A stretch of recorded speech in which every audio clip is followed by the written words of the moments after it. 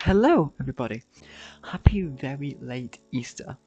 The time I'm recording this is the 17th of May, so I'm a little bit late to Easter, but it's a fun celebration. A bit culty, but fun celebration nonetheless. I'm also very sorry. I've been very busy recently, but there will be more videos coming out at a more smoother rate at this point on.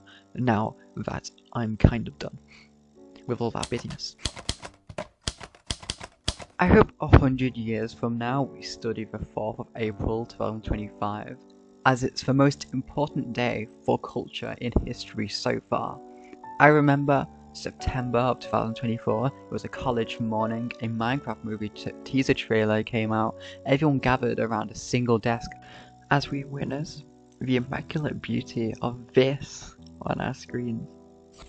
We obviously all burst out laughing because this Minecraft movie concept was teased, cancelled and teased some more for years and years to finally come to our screens for it to look like this. Everything is so ugly. The beloved mobs, their innocence and charm have been stripped away by this hideous animation style. Using the Beatles' name for this slop. This film idea could have never worked in live action, let's be honest. It was supposed to be animation, and even that could have worked maybe, possibly not ever in my eyes, because I like how vague Minecraft is, as a game having you, the player, give the game a life. So I wouldn't like a certainty of all of these characters and mobs. This film doesn't count because it's, Jared Hess's a Minecraft movie. It's one of those things that doesn't really need a screen adaptation. The official trailer came out shortly after, and everyone went feral over it. And I mean fair enough, with Jack Black, my beloved, saying all these horrendously corny lines from this iconic beloved game, which I'm sure everyone around 1999 and to now has some sort of relationship with. Like, I am Steve, Ender Pearl, the Never.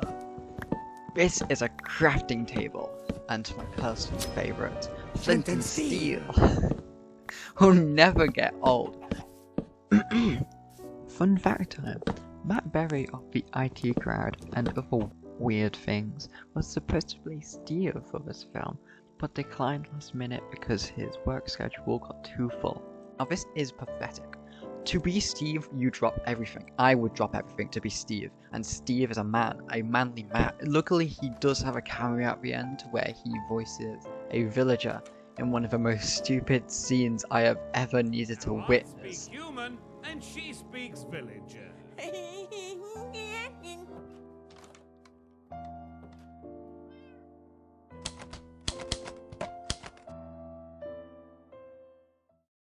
Now, I don't want to be one of these review channels who don't actually review the thing they're talking about and instead recaps it and throws in some cheap jokes. But watching this day one, I was so excited. I was there with my Minecraft cinema cup on the side of the Minecraft loading screen. In the intro of the film actually made me hopeful that this would be a misunderstood film until the film started and it looked like this. This man played Bowser, then Steve, to Bowser again, and then Steve next year again. So I just assumed every single piece of character development they were going to try and do with other characters. I was pretty impressed when it came to actually watching the film, how much I got right. I knew they were orphans, just completely assumed that. I assumed that either Garrett or Steve was going to be one of their father figures by the end. And the film would kind of force that upon us without the viewers naturally connecting to these characters. I also knew that Garrett was going to be some old school fucking gamer, and a stereotype I'd like to blame Hollywood for, but it would probably go farther back than that most likely.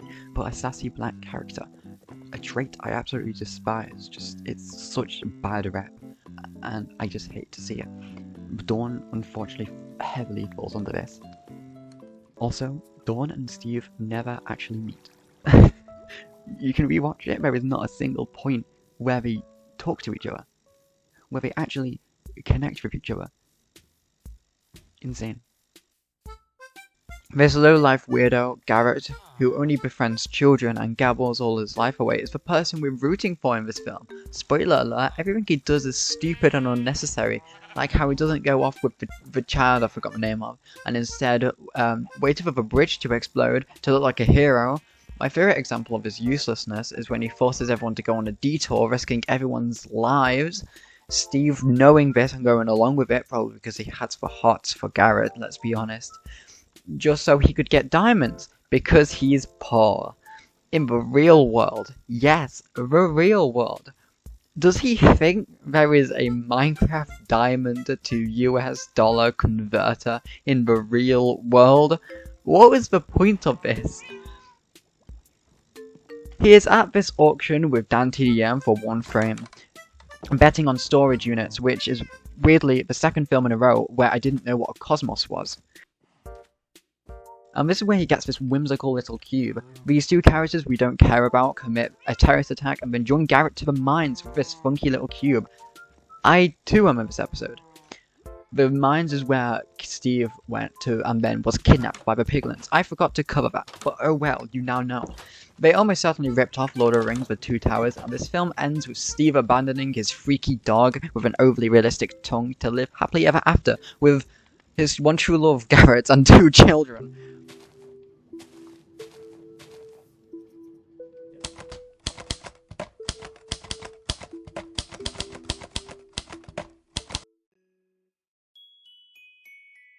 So a question, what's definitely on everyone's mind and definitely not just mine, does Jared Hess's A Minecraft Movie 2025 pass the Bechdel Test? A test that critiques the representation of women in films. Now these rules were written a long time ago, so on paper, yes, this film kind of does pass, but I feel like it really shouldn't due to how useless and honestly quite embarrassing, cliche, flat and unoriginal the female characters actually are written in this film. This film features at least two named women, and they do talk to each other about something other than a man, only just slightly. The last to find out if anything works, so they're wasting the hoe and shovel's durability on the same amount of damage as a punch. They also get lost and to be rescued by the dog. But neither Lord of the Rings The Two Towers passes the Bechdel Test, so clearly these films are on the same level. But a serious question that I often get asked: do I actually like a Minecraft movie?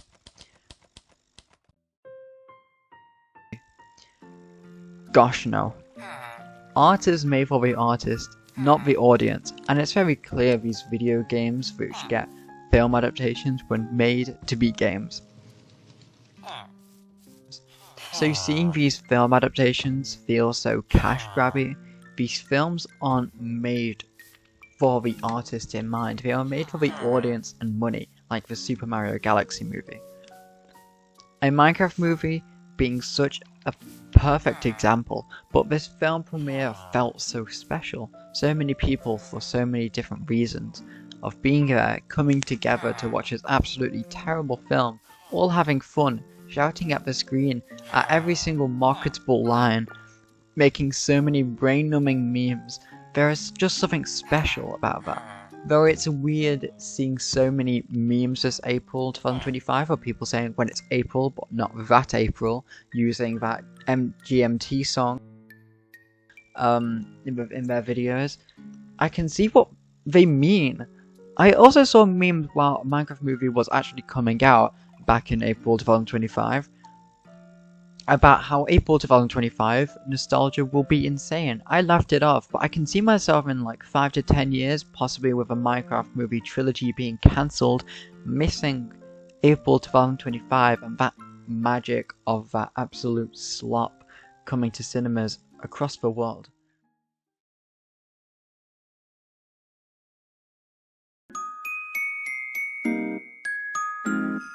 Also, Forever How Long came out the exact same day, which is a wonderful album, but I know in fact it will be timeless. Listening to Time to Pretend by MGMT, the music used in the trailer and nothing else, will never not remind me of April 2025.